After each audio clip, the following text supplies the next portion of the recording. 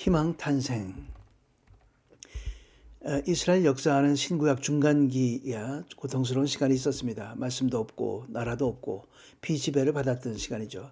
약 100년 기간은 빼는 이유는 그 기간 동안에 하스몬 왕조라는 왕조가 생겼었기 때문입니다. 바벨론에서 페르시아로 넘어간 스토리는 고레스는 누구인가 제 유튜브 50번을 참조하시면 그 역사를 상세히 알 수 있습니다. 페르시아는 유대민족에게 다분히 호의적인 통치를 했습니다. 그리고 그 페르시아가 아주 작은 나라 그리스에 의해서 멸망하게 됩니다. 그리스 알렉산더 대왕으로 유명하죠. 그리고 페르시아는 이 그리스에 의해서 유명한 아테네 전쟁과 살라미스 해전 두 전쟁으로 인해서 완전히 이제 패배하게 됩니다. 아테네 전쟁은 우리 올림픽의 기원이 되는 스토리로 잘 알고 있죠. 그리고 살라미스 해전이라고 하는 것은 해전에서 유명한 해전입니다.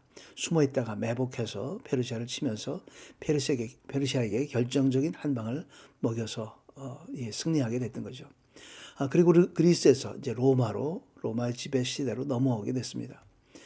그 시간 동안에 어려운 시간을 겪었지만 예수님 탄생할 당시 상황들은 그런 어수선한 상황에서 로마가 통치하기 시작한 지 약 60여 년 되었을 때입니다. 국내적으로는 구국운동의 한창이었죠. 물밑에서 그 100년 기간 동안의 독립을 누렸던 그 때문에 열심당원들이 열심히 했고 또 사두개파는 그와 반대로 큰 권력에 붙어서 이익을 취하고 또 나라의 또 중요한 요직을 차지했던 사람들이었습니다. 그 외에 바리새인과 에세네파, 바리새인보다 더 열심히 했던 더 순수하고 또 금욕적이고 경건했던 에세네파가 있었지만 큰 효과를 발휘하지 못했었죠. 요즘 세상을 보게 됩니다. 비슷합니다. 사실은 사두개파가 굉장히 많이 등장했습니다. 그리고 예수님 당시에 그렇게 큰 힘은 발휘하지 못했던 헤롯 당 같은 것들도 우리 주변에서 보게 됩니다. 가끔은 교회와 정치에 대해서 교회가 왜 정치에 관심이 있느냐라고 의문을 가지는 사람들이 있지만 교회와 정치는 본디 하나였습니다. 정치의 대상도 사람이고 교회의 대상도 사람입니다. 그 사람에 대해서 하나님께서 그냥 손 놓고 계신 것이 아니라 하늘로부터 이 땅에 개입하셨고 지금도 그리하고 있습니다. 하나님이 땅에 오신다. 것이 바로 임마누엘이죠. 두 번째, 빛이다. 어둠이 물러간다. 하는 이야기입니다. 세 번째, 그 임마누엘은 하나님의 열정으로 보장된다 하는 것이 세 가지 오늘 테마가 되겠습니다. 모두 다 하나님 중심의 시각들입니다. 그리고 바로 하늘을 보라는 거죠. 땅을 보고 한숨 쉬지 말고 하늘을 보라 하는 것이 하나님의 말씀입니다. 안녕하세요. 최후승리 채널의 최승구 목사입니다. 오늘 임마누엘이 주제인데요. 희망 탄생이라고 다시 번역해 보았습니다. 그렇습니다. 잠깐 있다가 없어지는 그런 희망이 아니고 영원한 희망, 확고부동한 희망, 그것은 바로 임마누엘, 하나님이 우리와 함께 하신다는 희망입니다. 보라, 처녀가 잉태하여 아들을 낳을 것이요 그의 이름을 임마누엘이라 하리라. 바로 이 이사 7장 말씀을 훗날 마태복음 1장 23절에 다시 한번 인용하게 됩니다. 하나님께서 땅에 오신다. 유대교에서는 하나님이 시내산에 내려오셨다는 것을 가장 큰 사건으로 얘기를 합니다. 바로 시내산에 내려오셔서 모세에게 율법을 주셨다는 거죠.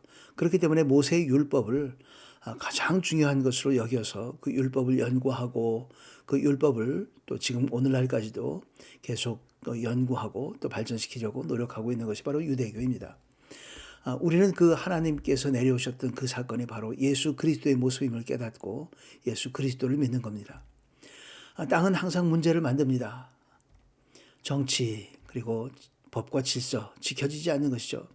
경제 문제 그리고 교육 문제 그리고 오늘날은 보건 문제까지 등장했습니다. 참 많은 문제들이 우리를 괴롭히고 있습니다. 이사야 6장에서 12장까지는 임마누엘서라고 부릅니다. 상황들이 녹록지 않은 그런 상황들이 있습니다. 임마누엘이라고 하는 말은 하나님께서 함께 하신다라는 말이죠. 하나님께서 그냥 손 놓고 계신 것이 아니라 우리와 함께 하신다는 든든한 배경이 되어줌을 얘기해 주고 있습니다. 북이스라엘과 아람이 연합군을 만들어서 남유다를 쳐내려왔습니다. 남유다는 사실 견딜 수가 없을 것으로 보였습니다. 북이스라엘이 10개 지파고 아람은 당시에 강대국이었습니다. 초기엔 연합군이 우세했습니다. 하지만 결국 남유다가 승리한다는 것이 하나님의 약속의 말씀이었고 임마누엘의 내용이었습니다. 유다까지 침범에 휩쓸고 지나가면서 그 강물이 목에까지 차오를 것이다. 그러나 임마누엘이여 그가 날개를 펼쳐 내 땅을 전부 덮을 것이다. 하나님께서 그 강한 대적들을 물리쳐 주신다는 약속의 말씀입니다. 우리 삶에도 그렇습니다. 힘들고 어려운 대상이 모두 다가 하나님께서 함께 하시면, 하나님이 오시면 그 모든 것을 이길 수 있도록 인도해 주십니다. 이길 수 없다? 아닙니다. 능치 못할 것이 없는 것이 바로 하나님의 약속이고 우린 그것을 믿는 믿음으로 살아가는 사람들입니다. 그럼에도 불구하고 남유다는 금지된 영적 흐름을 갖고 있었습니다. 신접한 자와 무당을 찾았던 거죠. 하나님께서 경고하셨습니다. 그러지 말라고. 하지만 그 경고를 듣지 않았습니다. 마음이 굳어지면 회개가 없고 회개가 없으면 심판을 받게 마련입니다. 마음이 굳어지면 희망의 복음을 들어도 깨닫지 못하고 표적을 보아도 알지 못하기 때문입니다. 우리가 너희를 향하여 피를 불어도 너희가 춤추지 않고 우리가 애곡하여도 너희가 가슴을 치지 아니하였다. 마태복음 11장 말씀입니다. 복음서 말씀입니다. 오늘날도 그렇습니다. 하나님의 말씀이 있는데 그 말씀을 깨닫지 못하고 듣지 못하는 이유는 마음이 굳어져 있기 때문입니다. 딴 생각이 가득하기 때문에 그런 거죠. 꽉 차 있기 때문에 그렇습니다. 스스로 자기가 만든 덫에 자기가 빠져 있는 그런 형국입니다. 마음이 굳어지지 않고 마음을 말랑말랑한 진흙덩어리처럼 해서 하나님께 맡겨드리는 어린아이와 같은 그런 마음을 가진 우리 모두가 되기를 간절히 바랍니다. 적용해 봅니다. 불확실한 미래에 불경기의 점집과 무당을 찾습니다. 이거 참 문제입니다. 점을 쳐요. 무당을 찾습니다. 또 그런 또 정치인도 생겼습니다. 이건 뭐 정말 상상할 수 없는 일입니다. 그러지 않고 오직 하나님만 찾는 우리 모두가 되기를 간절히 바랍니다. 적용해 봅니다. 우리를 불안하게 하는 것들이 있습니다. 각종 국제 환경들, 미중 군사 대결, 경제 대치, 코로나 이런 것들입니다. 국내 당황스러운 정책들, 교육 현장은 정말 참 끔찍합니다. 가정 파괴가 실제로 지금 일어나고 있습니다. 대책 없는 사회 지도자들, 그들은 도대체 무엇을 하고 있는가? 걱정스럽습니다. 각종 불길한 예측과 소문들이 있습니다. 그 모든 것들이 어둠의 현실입니다. 우리는 우리 힘으로 이 어둠을 걷어낼 수가 없습니다. 하나님께서 그 어둠을 우리 삶 속에 이미 넣어놓으셨기 때문입니다. 하지만 결코 그 어둠에만 속하지 않게 하시고 하나님께서 우리에게 빛을 주셨습니다. 그 어둠을 깨는 약속, 위로부터 오신 분, 빛으로 오신 예수 그리스도가 우리에게 오셨습니다. 어둠을 깨는 약속, 그것이 바로 임마누엘 약속입니다. 빛이다, 그거죠. 그분 안에 생명이 있었으니 이 생명은 사람들의 빛이라. 요한복음 1장 첫머리에 있는 말씀입니다. 생명입니다. 그들이 주 앞에서 기뻐합니다. 그들을 짓누르던 멍에와 어깨를 내리치던 회초리와 압제자의 몽둥이를 미디안을 꺾으시던 날처럼 주께서 부셔버리셨기 때문입니다. 자, 9장 말씀이죠. 기드온의 300명 군사가 미디안을 내리쳤던 것처럼 소수가 다수를 이겼던 것처럼 하나님께서 함께 하심으로 우리에게 기쁨을 내려주십니다. 생명과 기쁨. 그렇습니다. 희망은 생명입니다. 희망 없으면 절망이 됩니다. 기쁨도 없게 되는 거죠. 사망에서 생명으로, 생명입니다. 절망과 한숨이 변하여 기쁨으로 변합니다. 레디칼합니다. 예수 그리스도를 믿는 믿음은 레디칼한 삶을, 이 급진적인 삶을 살아가게 되는 것입니다. 광야와 메마른 땅이 기뻐하며 사막이 즐거워서 백합화처럼 피어오를 것이다. 꽃들이 만발하고 기쁨에 겨워 어쩔 줄 모르고 즐거워서 환호성을 지를 것이다. 얼마나 기쁘면 꽃들과 그렇게 땅들도 그렇게 즐거워서 또 피어오르고 환호성을 지르겠습니까? 기쁨입니다. 이사야서는 특별히 기쁨에 관해서 20번이나 반복해서 기쁨을 얘기합니다. 마치 빌립보서를 보는 듯한 느낌도 듭니다. 바로 기쁨, 즐거움입니다. 바로 그것이 구원의 기쁨이고 예수를 믿는 사람들의 즐거움입니다. 그래서 우리는 항상 우리가 어려운 일이 생겨도 기쁨으로 우리가 맞아들이고 심지어는 장례식장에서도 찬양을 하는 것이 바로 그리스도인들의 모습입니다. 임마누엘은 하나님의 열정으로 보장된다.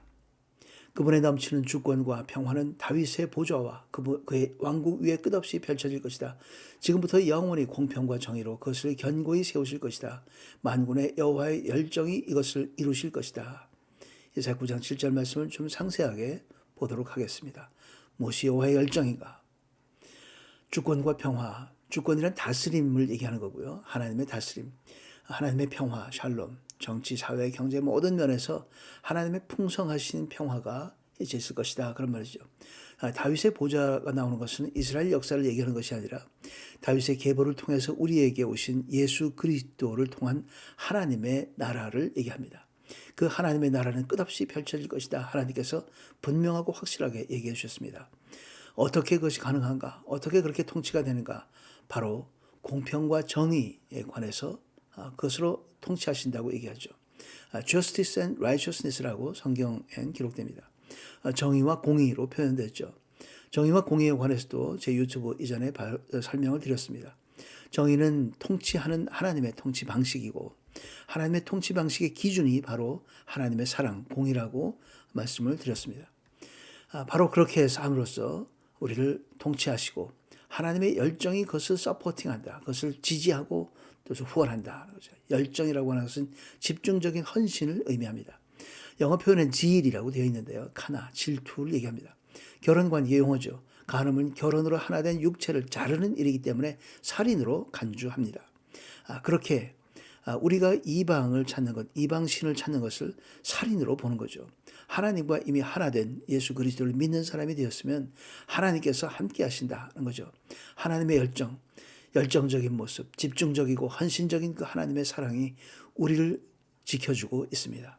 그 하나님의 사랑 가운데 하나님을 찬양하며 하나님의 영광을 위해 살아가는 우리 모두가 되기를 주의 이름으로 축원합니다. 함께 기도하겠습니다. 만물의 주권자시며 우리를 열정적으로 사랑하시는 아버지 하나님, 어둠을 묵상하게 하지 마시고 스스로 자기 덫에 빠져서 마음이 굳어진 자가 되지 않게 하여 주옵시고 오직 예수 십자가로 보여주신 아버지의 사랑을 의지하며 주 안에서 희망과 생명 가득 안고 기쁘게 살게 하여 주시옵소서. 예수 그리스도의 이름으로 기도드리옵나이다. 아멘. 끝까지 시청해 주셔서 감사합니다. 메리 크리스마스입니다. 한 아이가 태어났습니다. 힘 있는 장성이 아니고 아주 연약한 모습이지만 우리에겐 그분을 통해서 세상이 구원될 것이란 희망이 있습니다. 우리의 작은 모습, 우리의 연약한 현실 가운데서 끝까지 믿음으로 승리하는 우리 모두가 되기를 주의 이름으로 축원합니다. 감사합니다.